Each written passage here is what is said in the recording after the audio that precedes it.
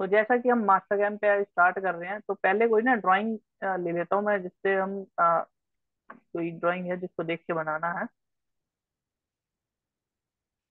Suppose करते हैं कोई एक ड्राइंग ऐसे ही बना लेते हैं हम अपने हिसाब से। वायर फ्रेम पे जाते हैं और वायर फ्रेम से कोई एक स्केच। अच्छा, जब भी हम टर्निंग की ड्राइंग बनाएंगे ना, तो हमारे जो चार क्वाड्रेंट्स होते हैं उनमें से सेकंड और थर्ड वाले में ही हमारी जो टर्निंग की ड्राइंग है वही रहेगी। उसके अलावा अगर हमें थर्ड और फोर्थ पे रखेंगे ना, तो वहां पे वो चलेगी नहीं, तो उसको सेट करना पड़ता है। ये जरूर ध्यान रखना। तो अभी जो स्टार्ट कर रहे हैं, सपोज करते हैं 10 की एक लाइन डाल दी मैंने, और कोई भी एक प्रोफाइल मैं यहाँ पे बना लेता हूँ। वैल्यू यहाँ पे पुट कर देते हैं। और हाफ ड्राइंग बनानी है हमने इसमें। अभी भी पूरी ड्राइंग नहीं बनाएंगे, पूरी बनाएंगे अगर बनानी है तो उसको मिरर करेंगे।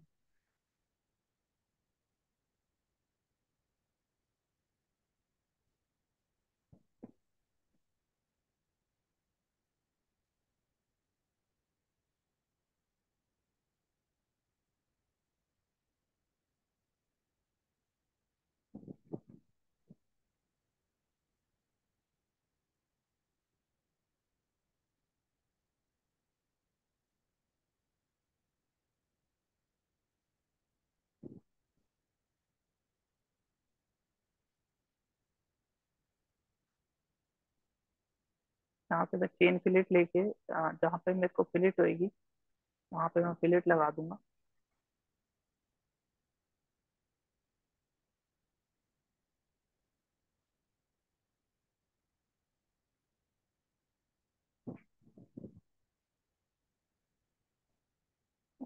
जैसे कि आप देख सकते हो, हमने ना इसमें कुछ फिलेट्स वगैरह भी यूज करें। और ये ड्राइंग मैंने बना ली है। कुछ इस तरीके की प्रोफाइल है। अब जब भी हमें मास्टर कैम के अंदर प्रोग्रामिंग बनानी होती है, तो हमारे पास जो ऑपरेशंस होते हैं वो किस तरीके से हम उसको इस्तेमाल करेंगे और कैसे हम बनाएंगे। अभी मैंने 2D के अंदर स्केचिंग करी है, 2D के अंदर ही इसकी ड्राइंग बनाऊंगा। मशीन पे जाना है, लेथ मशीन पे जाना है। और यहाँ पर जाकर सबसे पहला जो काम होगा, हमें स्टॉक सेटअप करना पड़ेगा इस पूरे पार्ट का। तो पूरे पार्ट का स्टॉक सेटअप करने के लिए मैं जाऊंगा स्टॉक सेटअप पे। और यहाँ पे जाऊंगा स्टॉक पे।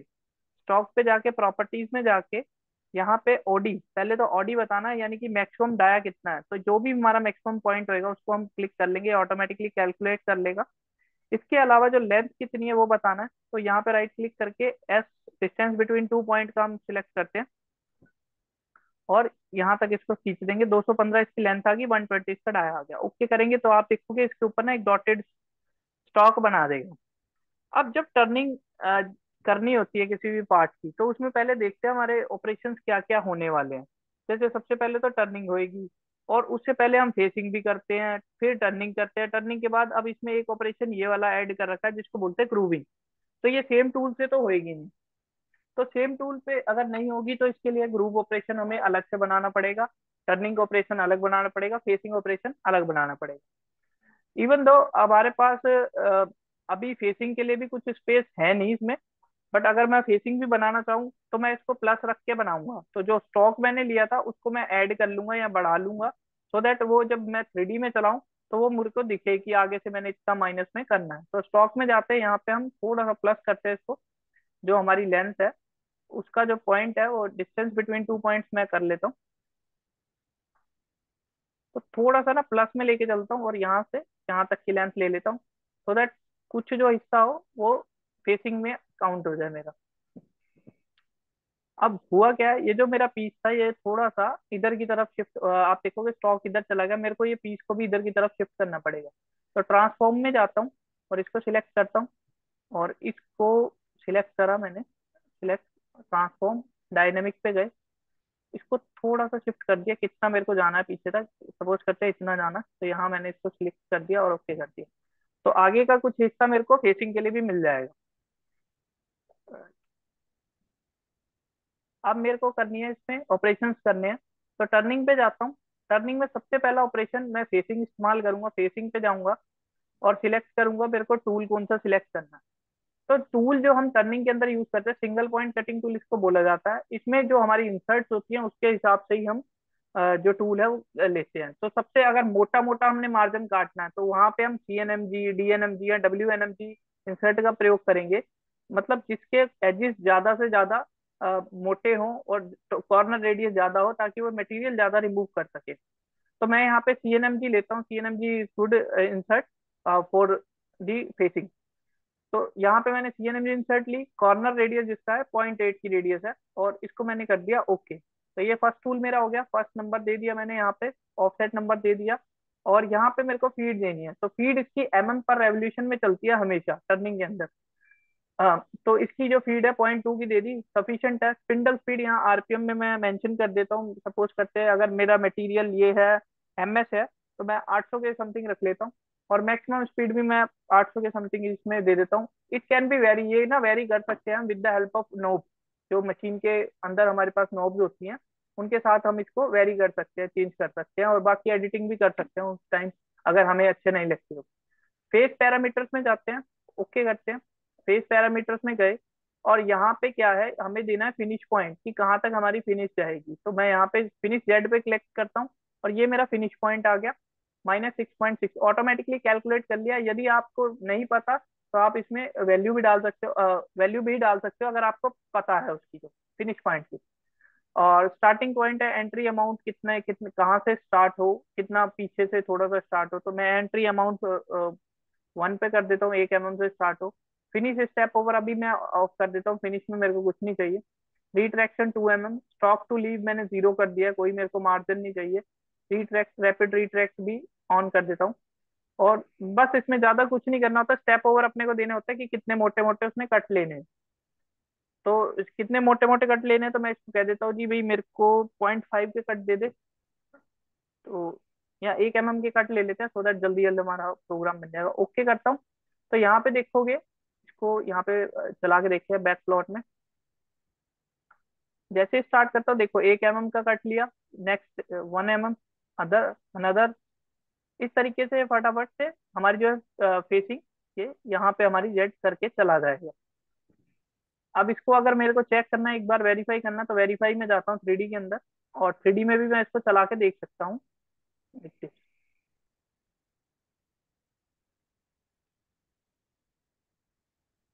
बहुत तेजी से चला है। अगर थोड़ा सा स्लो कर लेंगे तो हमें दिखेगा। इस तरीके से कटिंग करेगा खाली फेस फेस पे। तो जो हमारे नया पीस आएगा, उसको हम सेट कर लेंगे फेसिंग करके। उसके बाद अपने को करनी है टर्निंग। तो टर्निंग में ना सबसे पहला काम होता है रफिंग का। रफिंग करेंगे हम, रफिंग पे जाएंगे, और उसमें ये पूछता है सिलेक्ट चेन। तो चेन कौन सी सिलेक्ट करनी है, पार्शियल चेन हम लेंगे, क्योंकि हमें यहाँ से यहाँ तक चाहिए। अगर मैं पूरी चेन लेता हूँ तो ये पूरा ब्लॉक जो बंद है, क्लोज चेन है, उसको ले लेगा। तो मैं लूंगा पार्शियल चेन, यहाँ से स्टार्ट और यहाँ पे खत्म हो जाए, और ओके करूंगा। और वही सेम टूल से मैं इसकी टर्निंग करनी स्टार्ट करूंगा। और इसमें कुछ भी मैं चेंज नहीं करूंगा सिवाय डेप्थ ऑफ कट के। तो डेप्थ ऑफ कट मैं इसमें 2-2 mm के दे देता हूँ, या 5 के भी बड़ा कर लेते हैं, क्योंकि जॉब हमारी काफी बड़ी है। और यहाँ पे मैं मार्जिन रख लेता हूँ फिनिशिंग के लिए, X stock to leave in X axis, stock to leave in Z axis के लिए। और जैसे ही मैं इसको ओके करूंगा, तो ये मेरा प्रोग्राम जनरेट कर देगा मोटे मोटे कटों के साथ। और यहाँ पे हम बैक प्लॉट में इसको प्लॉट करके देखेंगे लाइक दिस। तो यहाँ पे आप देखोगे कि जो हमारा टूल है वो यहाँ तक अंदर जा रहा है, लाइक यहाँ पे देखिए आप, जो टूल है उसने अपना काम कर दिया, और जो मोटे मोटे कट थे वो इसने यहाँ पे बना दिए, यहाँ पे ये कटिंग कर दी। अब जब आप देखते हो कि मेरा जो टूल है वो तो काफी अंदर तक जा रहा है इसमें, यहाँ पे, जबकि मेरे को तो चाहिए बिल्कुल लाइन के ऊपर ऊपर। तो मैं यहाँ पे जाके ना कुछ चेंजेस करने पड़ते हैं विद इंसर्ट के साथ, या फिर जो मार्जिन होता है ना उसको मैं बड़ा कर लेता हूँ। जो मेरा मार्जिन होगा पैरामीटर्स में जाके स्टॉक टू एक्स में है, तो मैं उसको बढ़ा लेता हूँ, 0.5 कर लेता हूँ। 0.5 in x and 0.5 in z. Because क्योंकि मेरे पास जो फिनिशिंग के लिए अलग इंसर्ट का प्रयोग करूंगा, और टर्निंग के लिए मैं अलग इंसर्ट का प्रयोग कर रहा हूँ। अब यहाँ पे देखेंगे वही चीज क्लियर हो जाएगी आपको। जो मेरा पीस है वो उस तरीके से बना देगा, और उनमें मार्जिन भी रखेगा टूल पाथ के बीच में, ये जो हल्का सा मार्जिन।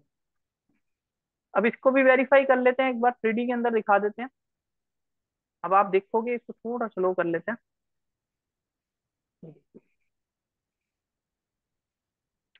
यहाँ पे आप एक रेड चीज देख रहे हो, ये रेड चीज का मतलब है कि जो मेरा टूल है ना वो टकरा रहा है। टूल क्या है, टकरा रहा है, क्योंकि मैंने इसमें फेसिंग ऑपरेशन नहीं करा, डायरेक्ट टर्निंग कर दी। तो टर्निंग के टाइम क्या हो रहा है, जैसे ही इसमें आएगा तो पहले ही टकरा जाएगा, इस वजह से यहाँ पे ये रेड कलर शो कर रहा है। बट जब हम दोनों प्रोग्राम को इकट्ठे चलाएंगे ना, यहाँ से वेरीफाई करेंगे दोनों प्रोग्राम को, तो उसमें ये चीज नहीं होगी, एलिमिनेट हो जाएगी, क्योंकि पहले फेसिंग होगी, देन टर्निंग होगी, सेकंड प्रोसेस देख लीजिए। ओके ओके, दूसरे वाले ने अभी फेसिंग पिक नहीं करी है, वो फेसिंग हमारी हाँ, अलग चल रही उसमें फेसिंग नहीं था, वो मैंने सिंगल प्रोग्राम के लिए बनाया था ना, सिंगल टूल बॉक्स था, इस है। वजह ओके से ओके। वहां पे रेड कलर आ रहा है। तो ये मेरा टर्निंग हो गया। अब टर्निंग के बाद जो नेक्स्ट, यानी कि रफिंग कर ली मैंने, मोटा मोटा मार्जिन हटा दिया, अब फिनिशिंग करनी है, तो फिनिश पे जाते हैं। फिर से वही चेन सिलेक्ट करेंगे, यहाँ से लेकर यहाँ तक, ओके करेंगे। और यहाँ पे ना अब टूल चेंज कर लेंगे हम। मैं यहाँ पे TNMG या VNMG का यूज करूंगा, या DNMG हो गया, मैं कोशिश करूंगा VNMG यूज करूँ। VNMG का जो एंगल होता है 35 डिग्री होता है, तो इसका इस यूज करेंगे और ओके करते हैं इसको। और इसका टूल नंबर दे दिया सेम जैसे हमने उसमें दिया था, और बाकी की जो वैल्यूज हैं वो भर दी हमने, सारी चीजें। और फिनिशिंग पैरामीटर्स में हम अब कितने का स्टेप ओवर लेना है, तो मैं इसमें 0.2 के स्टेप ओवर दूंगा। और नंबर ऑफ पासिस बढ़ाना चाहो तो बढ़ा सकते हो, नहीं तो वैसे 1 रख लोगे तो एक बार में ही वो सारा कर देगा। मैं 2 टाइम्स कर लेता हूँ उसको, या 3 टाइम्स कर लेता हूँ, क्योंकि 0.5 रखा था मैंने। और स्टॉक टू लीव मैं 0 और ये भी 0 कर देता हूँ, और ओके करता हूँ। तो आप देखोगे कि इसने फिर से एक फिनिशिंग टूल पाथ बना दिया है, जो कि बस इसके ऊपर ऊपर चलेगा, लाइक दिस। और जो मेरा पीस को फाइनल कर देगा लास्ट तक,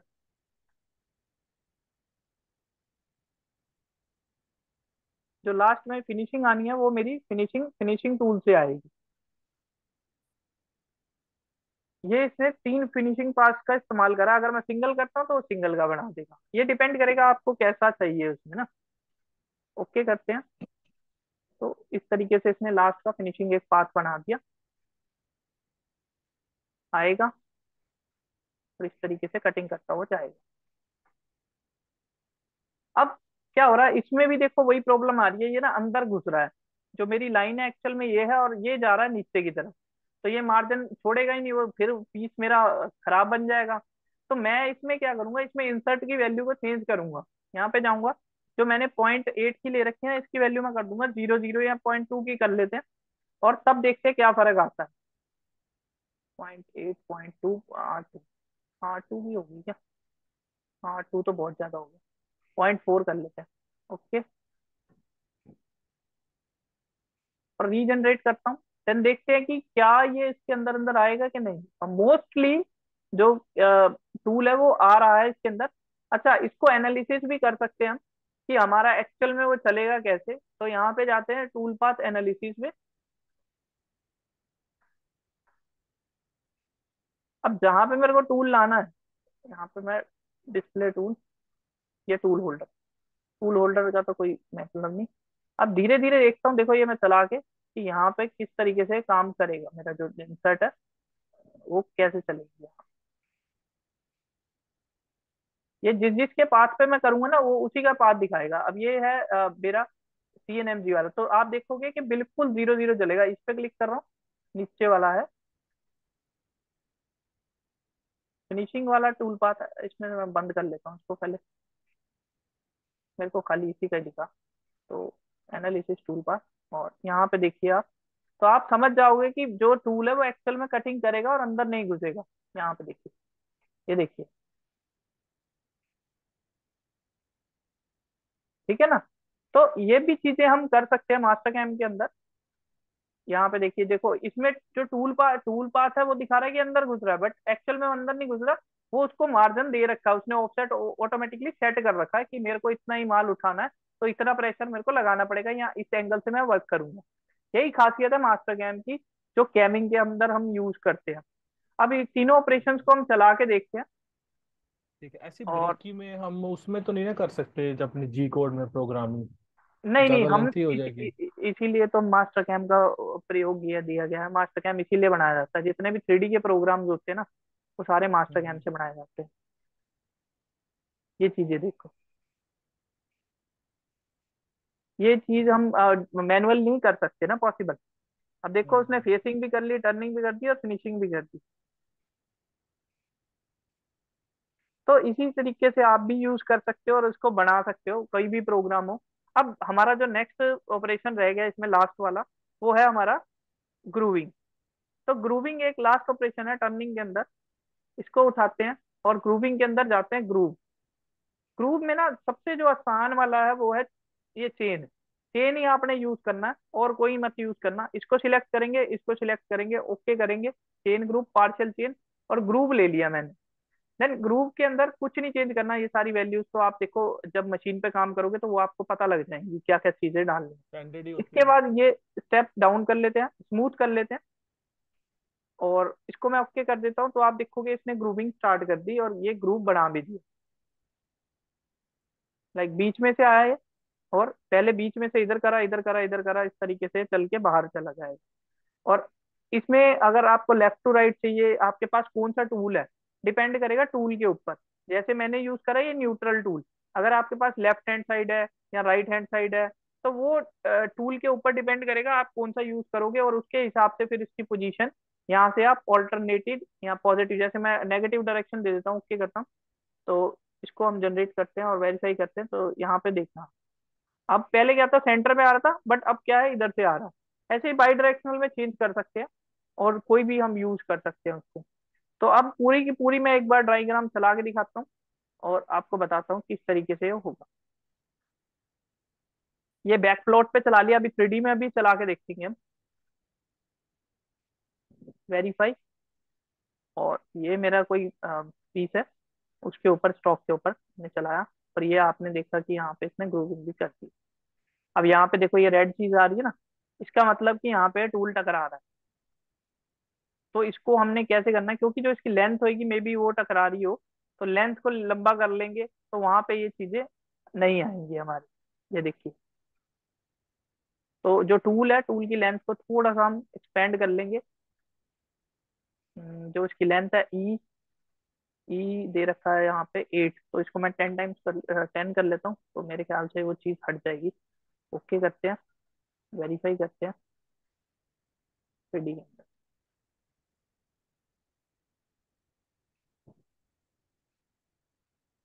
हाँ हट गई।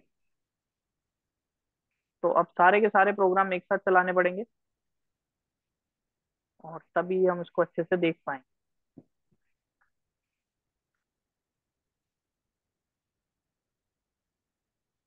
नहीं, अभी भी थोड़ा सा है, वो चीज हमको एलिमिनेट करनी पड़ेगी थोड़ा देख के। ठीक है, बाकी तो इसमें तो यही था जो हमारी ये मशीनिंग है जिसमें टर्निंग के अंदर हम कर सकते हैं। और जो इसमें ऑपरेशंस हम यूज करते हैं, इसमें अब एक आपका ड्रिल रह गया मेनली जो यूज होता है ड्रिल का है। ड्रिल रह गया, फेस हो गया, रफिंग हो गया, फिनिशिंग हो गया, और ग्रूव हो गया। बस इसके अलावा मतलब मास्टर कैम के अंदर ना टर्निंग में कोई और काम हम नहीं कर सकते। मतलब जो मेजर कोई यही और चीजें हैं प्रोग्रामिंग, करने हाँ वाली। यही, हाँ टर्निंग के अंदर इतनी है। इसी के द्वारा सारी प्रोग्रामिंग बन जाएगी। कुछ मैं आपको एक जॉब्स हम्म, बताऊंगा जिनके अंदर हमें कुछ चेंजेस करने पड़ेंगे टूल्स के ऊपर। ठीक है। ठीक है। सो आज इतना ही सीखते हैं, एक बार आप भी चला के देखना इसको। और मैंने मोस्टली हाँ सारे जी। ऑपरेशंस करा दिए हैं, मैं इसकी वीडियो भी शेयर कर दूंगा, और आप लोग यूज करके देखना और चलाना इसको। तो थैंक यू।